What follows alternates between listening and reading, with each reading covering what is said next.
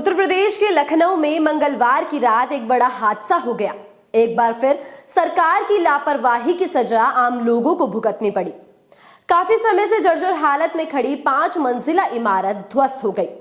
जब तक वो जर्जर हालत में थी तब तक किसी ने भी उसका संज्ञान नहीं लिया, किसी ने भी उसकी तरफ नहीं देखा। लेकिन आज जब वो ध्वस्त हो गई तो नेता अभिनेता छोटे बड़े सभी दुख जाहिर करने आ गए। लेकिन अब दुख जताए क्या हुए जब चिड़िया चुग गई खेत। नीचे के कई फ्लोर काट दिए गए। हमने कहा पहले फ्लोर पे लोग हैं, नहीं किया गया। पूरे 6 घंटे तमाशा होता रहा, एक साथ कई टीमें खड़ी रही, काम नहीं किया।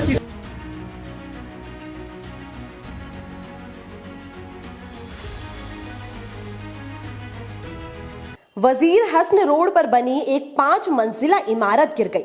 मंगलवार दोपहर को आए भूकंप के कुछ घंटों के बाद ही ये बिल्डिंग भरभरा कर गिर गई। इसके बाद आनन फानन में पुलिस प्रशासन की टीमें पहुंची। एनडीआरएफ, एसडीआरएफ की टीम रेस्क्यू में जुटी हुई है। सेना की एक टीम भी रेस्क्यू में जुटी। मुख्यमंत्री योगी आदित्यनाथ और रक्षा मंत्री राजनाथ सिंह पूरी घटना पर नजर बनाए हुए हैं।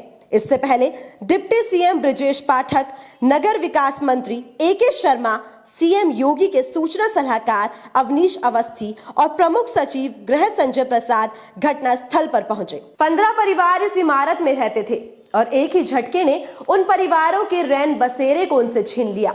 कई लोग इस मलबे में दब गए, जिन्हें रेस्क्यू ऑपरेशन के जरिए बाहर निकाला गया और कुछ लोगों की उसी समय मौत हो गई।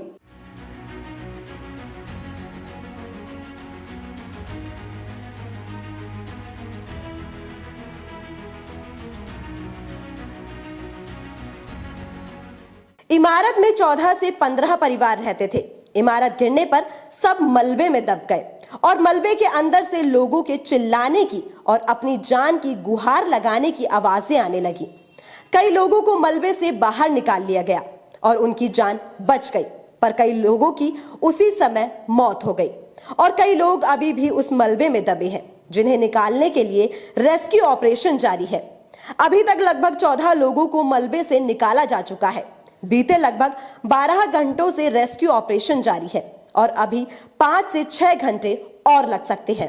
सरकारी तंत्र के कुछ बेईमानों की आड़ में जर्जर इमारतें तो खड़ी रहती हैं, पर ये लोग भूल जाते हैं कि उन्हीं के अपनों को उनकी गलती की सजा भी भुगतनी पड़ सकती है।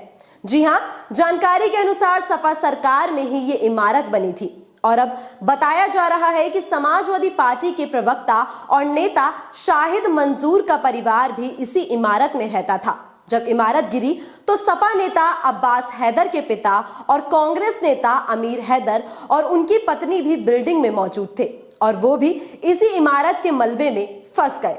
इस हादसे में मां और पत्नी की मौत के बाद सपा नेता अब्बास हैदर ने सिविल अस्पताल में हंगामा शुरू कर दिया। उन्होंने प्रशासन पर गंभीर आरोप लगाए और कहा कि सुविधाओं की कमी के कारण रेस्क्यू में देरी हुई। इससे पहले बुधवार सुबह रेस्क्यू टीम ने पहले अब्बास की वृद्ध मां को बाहर निकाला और उन्हें सिविल अस्पताल ले जाया गया, जहां उन्होंने दम तोड़ दिया।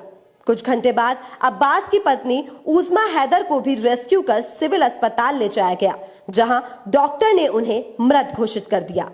आपको बता दें कि इस इमारत को गिराने के लिए साल 2010 में ही आदेश दिया गया था। सूत्रों के मुताबिक 2 अगस्त 2010 को इस आदेश को जारी किया था, लेकिन प्रशासन की लापरवाही के चलते 12 साल और 5 महीने से इस आदेश को एनडीए के अधिकारी दबाए बैठे रहे और इस इमारत को ध्वस्त नहीं किया गया, जिस वजह से अब आम लोगों को मौत का शिकार होना पड़ा। खैर, अब इस पर एक्शन लेते हुए लखनऊ के याजदान बिल्डर पर एफआईआर दर्ज की गई है। साथ ही फहद याजदान पर भी एफआईआर दर्ज की गई है। जमीन के मालिक नवाजिश मंजूर पर भी एफआईआर दर्ज हुई है और फहद के सहयोगी मोहम्मद तारिक पर भी एफआईआर हुई है। वहीं दूसरी तरफ रेस्क्यू अभी भी जारी है, क्योंकि अभी भी मलबे में कई लोगों के दबे होने की आशंका है। आपका ऐसी घटनाओं पर क्या कहना है? कभी दिल्ली, कभी यूपी तो कभी भारत का कोई और राज्य। ऐसी घटनाओं पर लगाम कैसे लगाई जाए? अपनी राय हमें कमेंट के जरिए जरूर बताएं और बने रहिए हमारे साथ यानी न्यूज़ 44 के साथ।